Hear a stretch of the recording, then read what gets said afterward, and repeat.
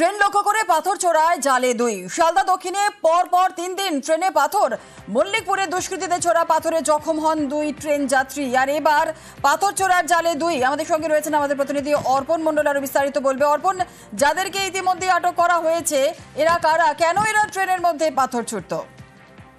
দেখো, দুজনকে গ্রেপ্তার করা হয়েছে এই ঘটনায়। মল্লিকপুর স্টেশন সংলগ্ন এলাকা থেকে জিআরপি পুলিশ কর্মীরা তারা গিয়ে এই 2 যুবককে গ্রেপ্তার করে। এখনো পর্যন্ত তারা কেন পাথর ছুঁড়েছে তা নিয়ে কিন্তু কোনো রকম স্বীকারোক্তি পুলিশের কাছে দেয়নি। এবং পুলিশের সূত্রে যেটা আমরা জানতে পেরেছি, পুলিশ এই যুবককে সন্দেহ করে এবং গত শনিবার থেকে যখনই এই ঘটনা ঘটে প্রকাশ্যে আসে, এরপর থেকেই জিআরপির পুলিশ কর্মীরা তারা লক্ষ্য রাখেন এবং যে অংশে পাথর ছোড়ার কথা বলা হচ্ছে সেখানে লক্ষ্য রাখা হয় এবং সেখান থেকেই এই দুজনকে গ্রেপ্তার করা হয়। এবং এই দুজনকে গ্রেপ্তার করার পরেই বেশ কয়েকজন তারা সেখানে বসেছিলেন, সেখান থেকে পালিয়েও যায় বলে পুলিশ সূত্র থেকে আমরা জানতে পেরেছি। এই দুজনকে জেরা করলে কারা এই মল্লিকপুর স্টেশনে প্রবেশ এবং যেখানে গেট রয়েছে রেল গেট সেখানে কারা পাথর ছুটতো তার হদিশ পাবে বলেও পুলিশ মনে করছে। ধৃতদেরকে আদালতে পেশ করা হবে। ধন্যবাদ।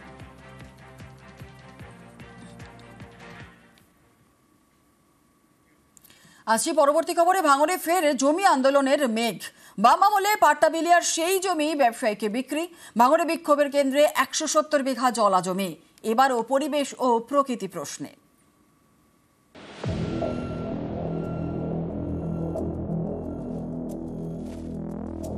2016 পর 2025 ফের ভাঙড়ে জমি আন্দোলনের মেঘ। এবার বিতর্কের কেন্দ্রে এই বিশাল জলাভূমি, প্রায় 300 বিঘার। স্থানীয় বাসিন্দারা যাকে পুটিবাবুর ঘেরি বলে চেনে। এর মধ্যে 170 বিঘা জমি বিক্রি হয়ে গিয়েছে। তা নিয়েই গরম ভাঙড়।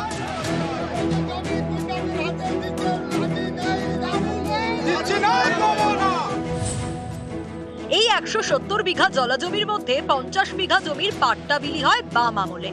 অনেক ক্ষেত্রে বাবার পাট্টা পাওয়া জমি এখন সন্তানেরা ভোগ করছেন। অভিযোগ, বাকি 120 বিঘা জমি অনেকেই পাকাপাকি ভাবে দখল করে ফেলেছেন। সম্প্রতি বিতর্ক বাধে যখন পাট্টা জমি সহ এই 170 বিঘা জমি কলকাতার এক ব্যবসায়ী কিনে নেন। ব্যবসায়ী জমি ঘেরার চেষ্টা করতেই বিক্ষোভ দেখান গ্রামবাসীরা। গত মাসে জমির চারপাশে দেওয়া কাঁটা তার উপরে ফেলেন।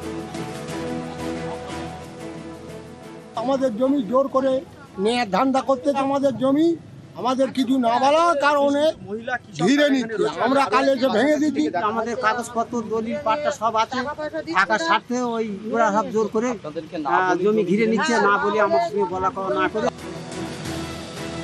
স্থানীয়দের অভিযোগ, ব্যবসায়ীকে জমি বিক্রির পিছনে হাত রয়েছে এক তৃণমূল নেতার। কার্যত এখানকার যারা প্রমোটার শাসক দলের সাথে জড়িত তারা সবাই মিলে এই কাজ কারবার চালাচ্ছে। সম্পূর্ণ এই অভিযোগটা মিথ্যা এবং এই জায়গাটা 2016 সালে তখন কেনাবেচা হয়েছিল, তখন আমি কোনো দায়িত্বও ছিলাম না। এটা সম্পূর্ণ বিরোধীদের একটা চক্রান্ত বলে আমি মনে করি। কোনো গরিব মানুষের এতটুকু স্বার্থ স্মৃতি নষ্ট হবে না। আমরা গরিব মানুষের পাশে আছি। আমরা যারা জমি মালিক যারা, আমরা তাদের পাশে আছি। এখন প্রশ্ন হলো, সরকার যে জমির পাট্টা দেয় সেই জমি কি বিক্রি বা হস্তান্তর করা যায়? আইন বলছে যায় না।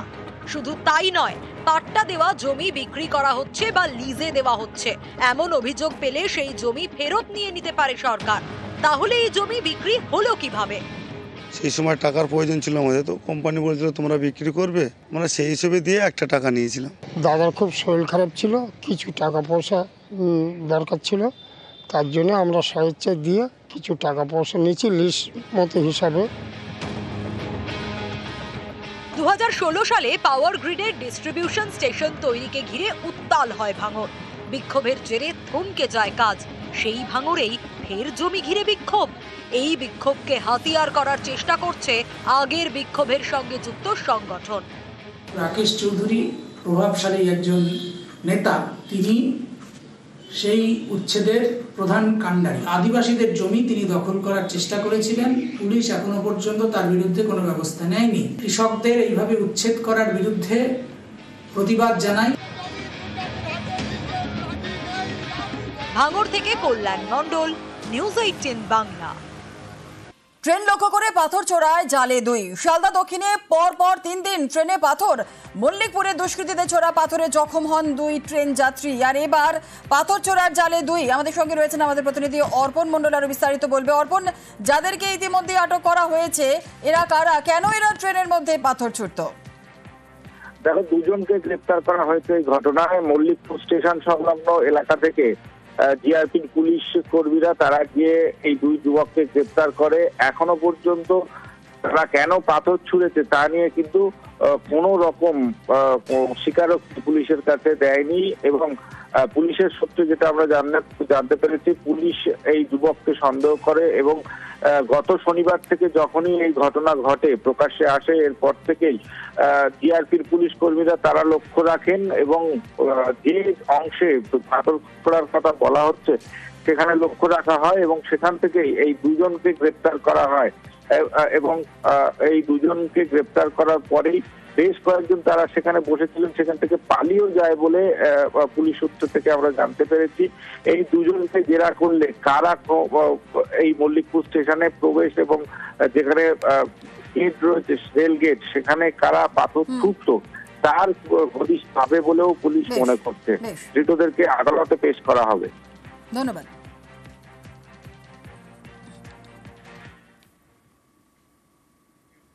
আসছি পরবর্তী খবরে। ভাঙড়ে ফের জমি আন্দোলনের মেঘ। বাম আমলে পাট্টাবিলিয়ার সেই জমি ব্যবসায়ীকে বিক্রি। ভাঙড়ে বিক্ষোভের কেন্দ্রে 170 বিঘা জলা জমি। এবারও পরিবেশ ও প্রকৃতি প্রশ্নে।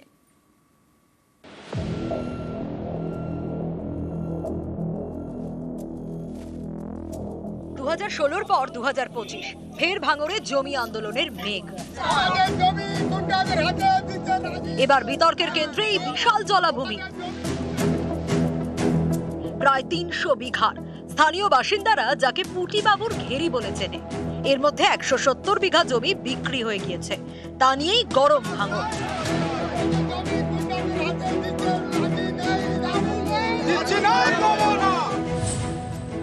এই 170 বিঘা জলা জমির মধ্যে 50 বিঘা জমির পাট্টা বিলি হয় বাম আমলে। অনেক ক্ষেত্রে বাবার পাট্টা পাওয়া জমি এখন সন্তানেরা ভোগ করছেন। অভিযোগ, বাকি 120 বিঘা জমি অনেকেই পাকাপাকি ভাবে দখল করে ফেলেছেন। সম্প্রতি বিতর্ক বাধে যখন পাট্টা জমি সহ এই 170 বিঘা জমি কলকাতার এক ব্যবসায়ী কিনে নেন। ব্যবসায়ী জমি ঘেরার চেষ্টা করতেই বিক্ষোভ দেখান গ্রামবাসীরা। গত মাসে জমির চারপাশে দেওয়া কাঁটা তার উপরে ফেলেন। আমাদের জমি জোর করে নিয়ে ধান্দা করতে, আমাদের জমি আমাদের কিছু না বলার কারণে ঘিরে নিচ্ছে। আমরা কালে যে ভেঙে দিচ্ছি, আমাদের কাগজপত্র দলিল পাট্টা সব আছে, থাকার স্বার্থে ওই ওরা সব জোর করে জমি ঘিরে নিচ্ছে, না বলে আমার সঙ্গে বলা কওয়া না করে। স্থানীয়দের অভিযোগ, ব্যবসায়ীকে জমি বিক্রির পিছনে হাত রয়েছে এক তৃণমূল নেতার। কার্যত এখানকার যারা প্রমোটার শাসক দলের সাথে জড়িত, তারা সবাই মিলে এই কাজ কারবার চালাচ্ছে। সম্পূর্ণ এই অভিযোগটা মিথ্যা এবং এই জায়গাটা 2016 সালে তখন কেনাবেচা হয়েছিল, তখন আমি কোনো দায়িত্বও ছিলাম না। এটা সম্পূর্ণ বিরোধীদের একটা চক্রান্ত বলে আমি মনে করি। কোনো গরিব মানুষের এতটুকু স্বার্থ স্মৃতি নষ্ট হবে না। আমরা গরিব মানুষের পাশে আছি। আমরা যারা জমি মালিক যারা, আমরা তাদের পাশে আছি। এখন প্রশ্ন হলো, সরকার যে জমির পাট্টা দেয় সেই জমি কি বিক্রি বা হস্তান্তর করা যায়? আইন বলছে যায় না।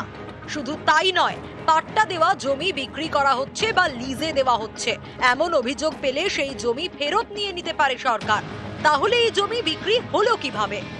সেই সময় টাকার প্রয়োজন ছিল আমাদের, তো কোম্পানি বলেছিল তোমরা বিক্রি করবে, মানে সেই হিসেবে দিয়ে একটা টাকা নিয়েছিলাম। দাদার খুব শরীর খারাপ ছিল, কিছু টাকা পয়সা দরকার ছিল, তার জন্য আমরা স্বেচ্ছা দিয়ে কিছু টাকা পয়সা নিয়েছি লিস্ট মতো হিসাবে। 2016 সালে পাওয়ার গ্রিডের ডিস্ট্রিবিউশন স্টেশন তৈরিকে ঘিরে উত্তাল হয় ভাঙড়। বিক্ষোভের জেরে থমকে যায় কাজ। সেই ভাঙড়েই ফের জমি ঘিরে বিক্ষোভ। এই বিক্ষোভকে হাতিয়ার করার চেষ্টা করছে আগের বিক্ষোভের সঙ্গে যুক্ত সংগঠন। রাকেশ চৌধুরী প্রভাবশালী একজন নেতা, তিনি সেই উচ্ছেদের প্রধান কাণ্ডারি। আদিবাসীদের জমি তিনি দখল করার চেষ্টা করেছিলেন, পুলিশ এখনো পর্যন্ত তার বিরুদ্ধে কোনো ব্যবস্থা নেয়নি। কৃষকদের এইভাবে উচ্ছেদ করার বিরুদ্ধে প্রতিবাদ জানাই। ভাঙড় থেকে কল্যাণ মণ্ডল, নিউজ 18 বাংলা।